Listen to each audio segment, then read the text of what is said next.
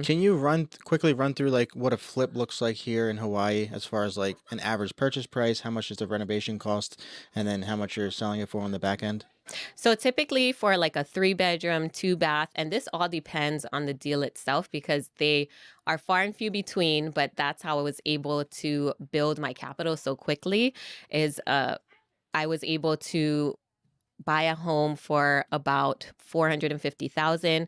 We can put about 100 to 150 depending on the finishes or where it's at, and then it sells at around a million or Wow, a little over that. that's pretty good. And then how are Yeah. you funding? Are you funding that with your own funds? Are you getting hard money, private money?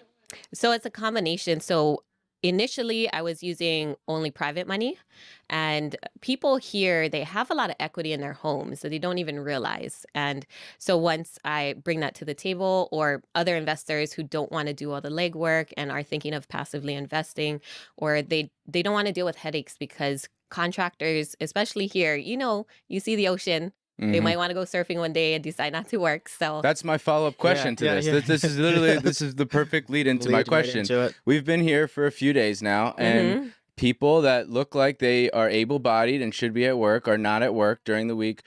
How hard is it to find and manage people to work for your projects here on this island? It's difficult, and that's why I only have 2 more projects in Hawaii, and the other 4 are in the mainland, and as I continue to grow, it probably won't be here, and just because the market is the way it is right now, it's a little bit more unstable as far as with the interest rates fluctuating, us not knowing, when the buyer is actually gonna close on the house. That led me to go to the mainland. But here I was able to do some creative financing.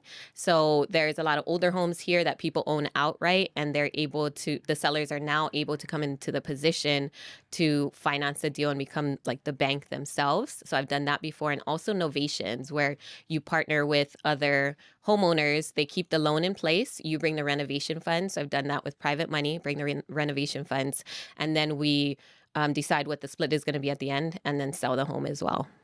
Huh. That's a good idea. Hmm. Yeah. Interesting. So the rentals that you have here, are they short-term rentals or are they long-term rentals? So I have 10 long-term rentals and 1 short-term rental. Okay. So they make sense as a long-term rental. Yes, yeah. Okay. So a lot of them, I am able to turn them into multiple units. Like this is a great story. So there's one that's right next to Heather, Brandon Turner's wife's best friend's house, and they had been driving past it for over a year. He was saying, "Oh, I need to really knock on that door." It's the typical home that is in distress where there's broken down cars. The garage door is half cranked open. You can tell that there's maintenance that hasn't been done on the house. And so I was driving past it. I immediately seen it. We approached the homeowner, ended up getting that under contract, got that under contract for 375, and it's a 2-story home. And so the bottom is a garage and then had a living area, and then the top had a 3 bedroom, 2 bath area as well. And so we got that under contract, put about 250 into it, turned it into 2 3 bedroom units, Wow. and then it's now renting for 6,000. And that HELOC that I just closed on 4 HELOCs, or open 4 HELOCs for different properties here. And for that specific property, it was worth, I think we just got it appraised at 1.1 million. Nice. Wow. So are you buying these properties in your personal name or an LLC? So majority of the time I'll buy it in an LLC, and then if I want to get a HELOC, then I'll quick claim deed it into my personal name and then do the HELOC that way. Nice. And they're giving you HELOCs on investment properties? They know it's an investment property? Yes. Oh, wow. Yeah. If I open 4 at one time, then they Yeah, know that that's it. I can't live 4 places. Yeah.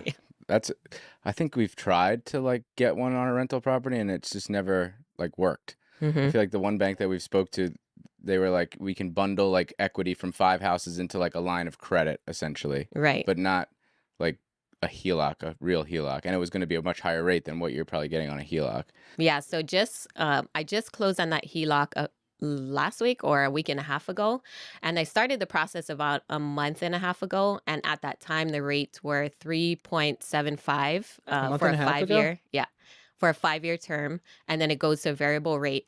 But in that time, because I have other HELOCs as well and other properties, and in that time, the banks would usually offer you to close on a fixed rate or like extend it longer and offer you Hmm. special terms interim because hmm you already have a loan with them or a line Nice. of credit. That's pretty cheap. I mean, even a month and a half ago, where we're at, it was But then it what, goes like to, she said it went to a variable rate after that. That's kind Yeah. of like the hook, line, and Yeah. after sinker. 5 years, or Yeah, after 5 yeah, years, but it's that's variable. yeah, Yeah, but yeah. that's kind of like Still going to really like a good. local bank where we're Yeah. at, and they only give 5-year arms anyway. Is it a local bank that you're working with? Yeah, like Yeah. Bank of Hawaii, American Savings Bank, they only have branches here. Okay. So that same loan where we're at, a local bank with a 5-year arm would probably have been like 6%. Yeah. So Wow. that's Hawaii. that's There's pretty one good. thing in Hawaii that's cheaper than everywhere else.